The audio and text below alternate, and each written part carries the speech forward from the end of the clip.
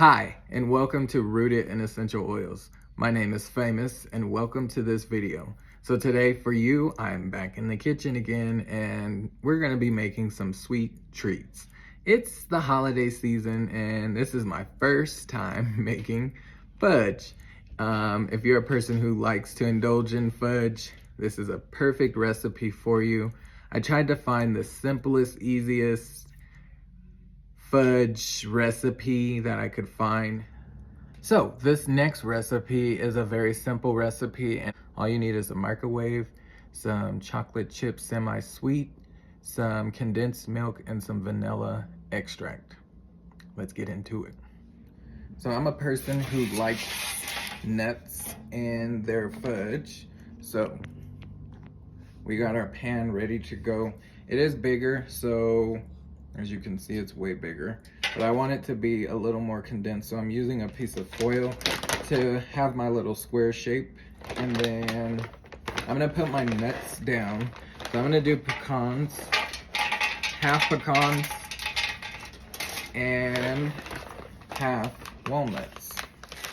So you will need a bowl, and this is a glass bowl, but it is safe to put in the microwave.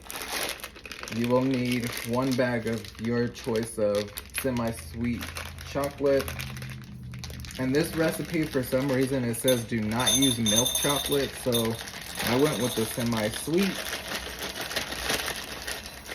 And you're gonna use this entire bag, 12 ounces. And then you'll need one whole can of condensed milk, and this is 14 ounces. We have our spoon and our condensed milk, and we're just going to pour this in there, making sure you get the whole entire can.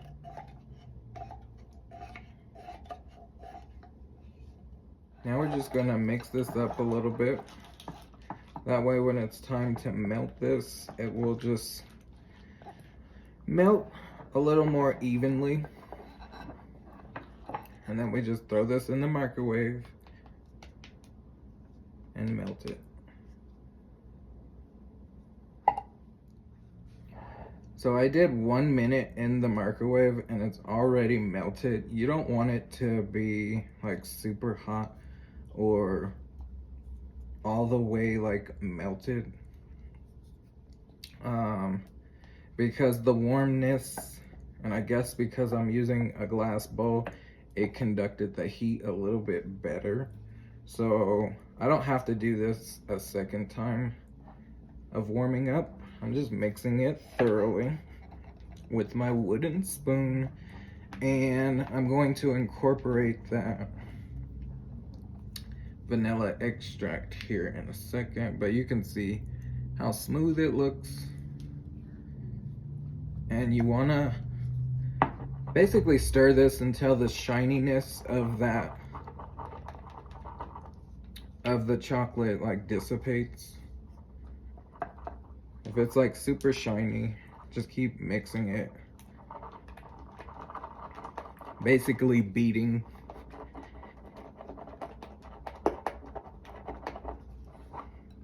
that chocolate. All right. So now we're going to get our 1 teaspoon of vanilla, and we're just gonna pour it in here. If you like to add flavor to your fudge, you could. I do have essential oils that I could add to this, but I don't want to add a flavor on this one just because it's my second time making fudge. So I don't want to get crazy in the beginning, but I would add like peppermint or orange or even like raspberry. Those would be a great combination to this if you did, but we're not doing that this time.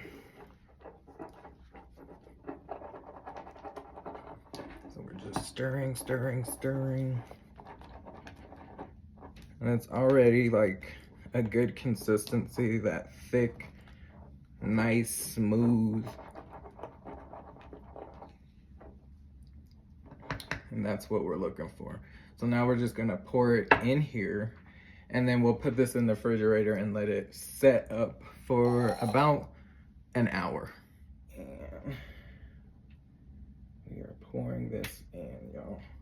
I'm trying to spread it around that way. There's like nuts in every bite.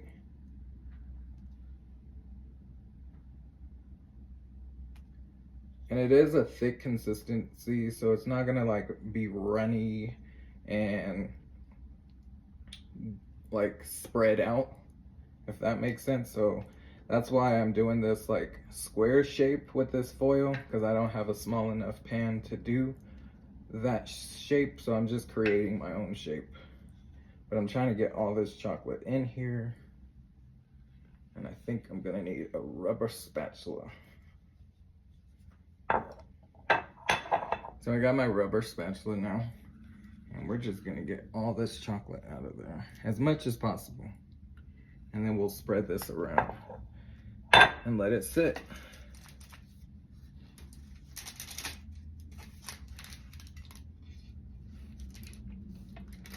This is a whole lot easier than the first recipe that I did.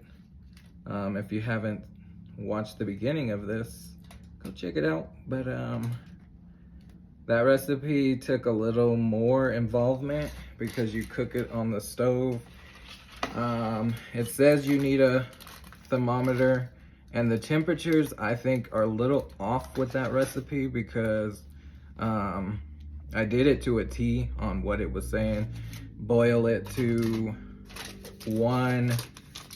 238 is what you would boil it to. And then once you get to 238, you cut off the heat, you let it cool down and add your nuts, your vanilla and butter to it.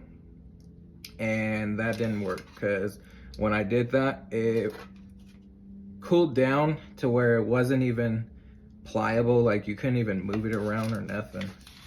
And then I had to warm it back up just so I could move it around and add the butter. But this recipe is a whole lot easier because you can see I'm still moving it around, but it is setting. So I'm trying to like move fast with this. But it is working. It's doing what it's supposed to, which is a great thing. And I am gonna taste it.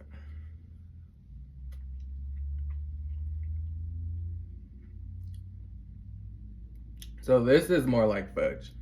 The other one was, it tastes like fudge, it's just hard.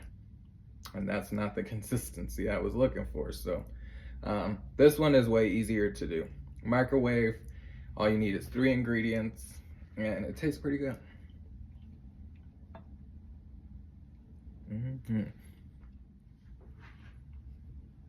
So now that our fudge is out of the refrigerator, it's been in there for about an hour. I had set a timer, but we're gonna take a cutting board and just place this on the bottom of your fudge and flip it. Very, very simple. And then we will peel this foil off. And this should come off without any real issues. Just make sure you pull slow. That way you are not like pulling the foil off.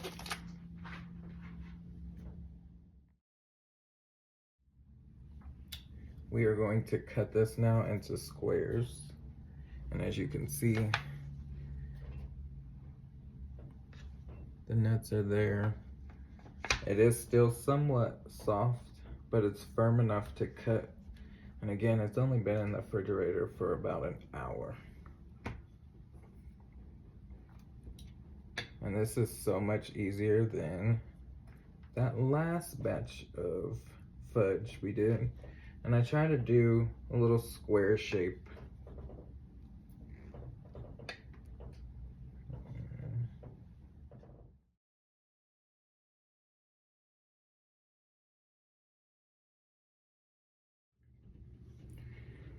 So now that we got all our fudge cut up, now we're just going to try it, and you can see the shape that I was going for, the classic fudge.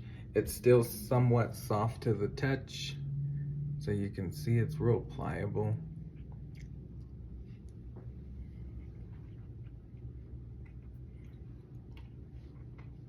This is the fudge I was looking for. As always, pay for your health now or pay for your sickness later. Till next time, bye for now.